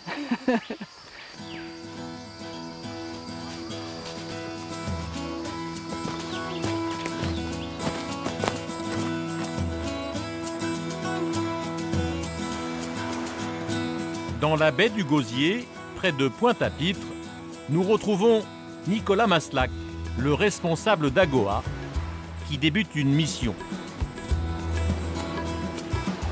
Régulièrement, des grandes campagnes d'études en mer sont organisées avec des associations pour étudier le sanctuaire. Pour la plupart, ce sont des bénévoles. Pendant une semaine, ils vont dresser un inventaire autour de la Guadeloupe. Capitaine, on est sur le départ Transec là? Oui. Ok. Tout le monde se positionne. Donc 9h, midi, 15h, comme d'habitude. Pour chaque campagne, ils utilisent la même méthode. 3 observateurs se placent à l'avant du bateau. Un 4e à la proue. Embarcation, 9h, type voilier. Ok. Ils notent toute activité à la surface de l'eau. Les bateaux, les bancs de poissons et même les oiseaux. Tout ce qui peut avoir une incidence sur la vie des mammifères marins. Ces données, elles nous renseignent sur l'abondance des mammifères marins, mais également des déchets, et puis également sur la fréquentation des espaces. C'est un état des lieux. On ferait exactement la même chose sur un espace terrestre, dans une forêt, sauf que là, c'est sur l'eau. On m'avait semblé voir des frégates tout à l'heure, mais pour l'instant, je ne confirme pas. À bord, la vie s'organise. À tour de rôle, les bénévoles rentrent les données dans leur fichier ou s'essayent à la cuisine en navigation. Élaboré jeudi 1er novembre 2012 à 5h59. Ça bouge un petit peu, mais bon, on y arrive, puis il n'y a pas énormément de place. Donc ça reste de la cuisine simple, hein. Salade de pâtes, salade de pommes de terre, taboulé. Mais déjà rien que ça, ça donne chaud et il vaut mieux pas être malade quoi, le midi.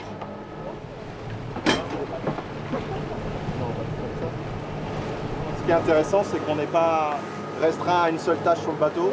On peut toucher à tout. Donc là, effectivement, la cuisine, l'observation pure et dure. Et voilà, un peu d'aide au capitaine aussi quand c'est possible. Plus c'est diversifié, plus c'est intéressant en fait. Si on mange mal, il y a mauvaise ambiance. On peut bien travailler, mal travailler, mais surtout pas mal manger.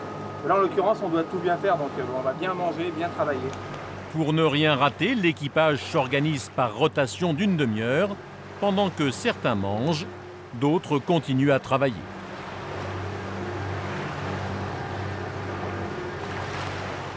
En début d'après-midi, un étrange visiteur s'invite sur le catamaran. Un fou brun, un oiseau marin qui vit sous les tropiques. Yann, ça aussi, il faut le noter. Oui, parce qu'on note tous les oiseaux, les tortues, tous les animaux qu'on trouve, mais bon, généralement, ils ne viennent pas directement sur le bateau. Donc là, c'est quand même une première, fait qu'on est tous un petit peu dessus. Ça arrive souvent, ça. Il y a des oiseaux, lorsqu'on est en mer, comme ça, qui prennent... en fait, ils profitent de notre présence pour se reposer un moment, puis ensuite ils s'en vont.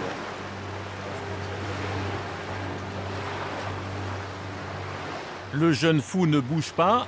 Jérémy, le biologiste du bord, est intrigué. Il arrive souvent que les jeunes fous, en fait, survivent pas. Parce que dans les zones tropicales, pour chercher de la nourriture, c'est très difficile et les jeunes qui sont inexpérimentés, parfois n'y arrivent pas.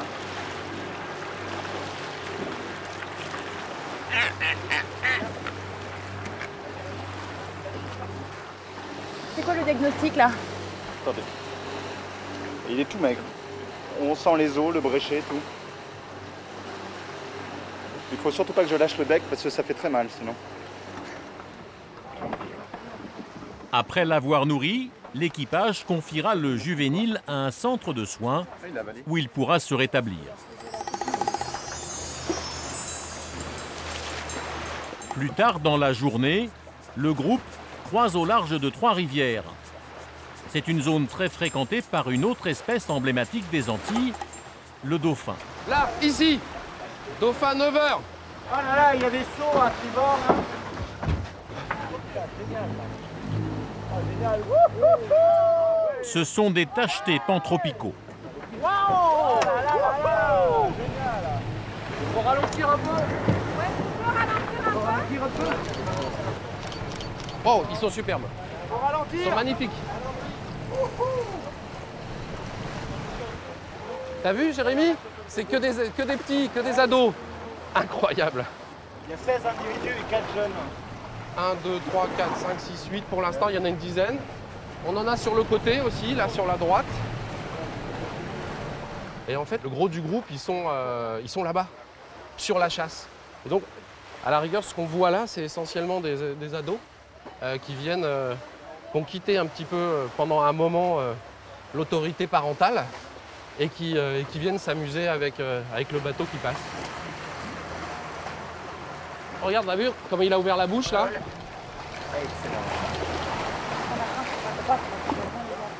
Jérémy connaît bien le comportement de ces jeunes dauphins qui viennent jouer avec l'étrave du bateau. C'est un espèce de gros jouet avec lequel ils jouent, mais ils nouent également des liens entre eux. Et ça, pour la survie d'un groupe, c'est fondamental. Ça permet de renforcer le groupe et donc de multiplier les chances de survie. L'occasion est idéale, le groupe en profite pour plonger une petite caméra sous l'eau.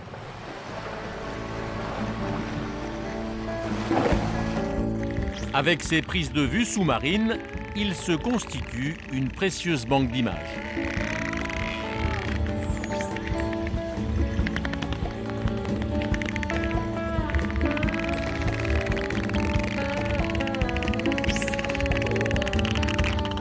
Oh, ils sont superbes. Oh, une pureté là, magnifique. Hey, superbe, ils nous regardent. Waouh, c'est superbe la vitesse là. Là, ils adorent comme ça. Pour Nicolas, la présence de mammifères dans ce secteur est une bonne nouvelle. Les mammifères marins, c'est un bon indicateur de l'état de santé d'un habitat. C'est-à-dire s'ils sont là, s'il y a les oiseaux qui sont là, ça veut dire qu'ils chassent. Et que donc, ils trouvent ici un endroit, un refuge dans le sanctuaire pour se reposer et s'alimenter.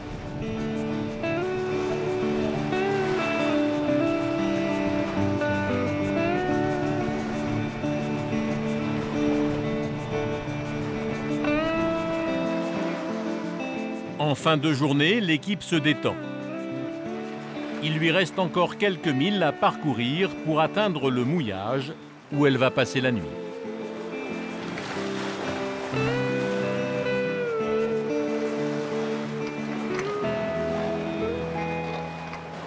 Aucune des îles n'est la même. Alors chaque fois, eh ben, à 4 heures de navigation, c'est un nouveau pays, une nouvelle île. Et souvent un nouveau paradis aussi. Le catamaran met le cap sur les Saintes.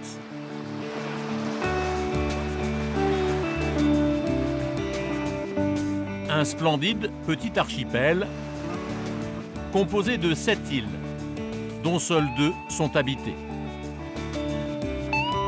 Dans la lumière du coucher de soleil apparaît la baie de Terre de Haut, considérée comme l'une des plus belles du monde.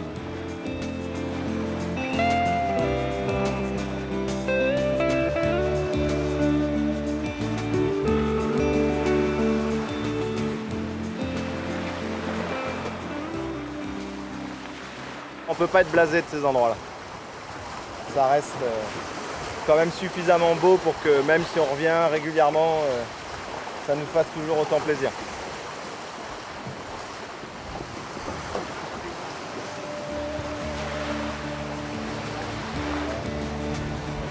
Ces passionnés vont encore naviguer 7 jours autour de la Guadeloupe.